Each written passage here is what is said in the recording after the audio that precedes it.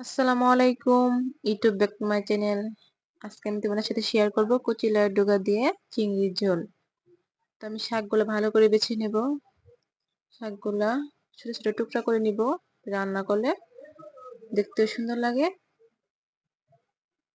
তো শাকগুলো আমি ভালো করে টুকরো টুকরো করে নিব। তো শাকগুলো আমার টুকরো করা শেষ। শাকগুলো ভালো করে ধুয়ে নিব কয়েকটা। শাকগুলো আমার ধোয়া শেষ। সাথে কয়েকটা চিংড়ি মাছ নিয়ে নিলাম। তো হাঁড়িতে আমি একটু তেল দিয়ে দিলাম পরিমাণ মতো। তো পেঁয়াজ কুচি দিয়ে দিলাম একটা। ভালো করে নেড়ে চেড়ে আদা বাটা দিয়ে দিব 1 চামচ, রসুন বাটা 1 চামচ দিয়ে নেড়ে চেড়ে একটু পানি এড করে দেবো যাতে পেঁয়াজটা না পুড়ে যায়। দিলাম কয়েকটা কাঁচামরিচ, হলুদ গুঁড়ো 1 চামচ, লবণ 1 চামচ, সজের গুঁড়ো 1 চামচ, 1/2 চামচ মরিচের গুঁড়া। ভালো করে নেড়ে চেড়ে একটু পানি এড করে দিলাম মশলা কষানোর জন্য। এর মধ্যে ভাজা জিরা 1 চামচ এড করলাম। ভাজা জিরা ফাঁকি করে রাখছিলাম। তো মাছগুলো দিয়ে দিলাম কষানোর জন্য। তো মাছটা আমি ভালো করে কষিয়ে নেব ঢেকে। মাছটা আমার কষানো শেষ।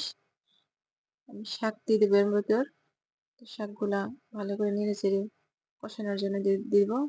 যে কোনো তরকারি কষালে ভালো লাগে। তো শাকগুলো ভালো করে নেড়ে চেড়ে কষিয়ে রাখবো।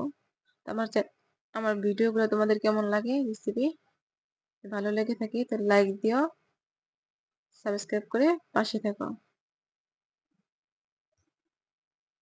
তো শাকগুলো আমার সিদ্ধ হয়ে আসছে প্রায়। এর মধ্যে আমি একটু জল দিয়ে দিব, মানে ডাটিগুলো শক্ত না থাকে। একটু কচি লাউয়ের ডগা শক্ত থাকবে না। তো জল দিয়ে দিলাম কতটুকু।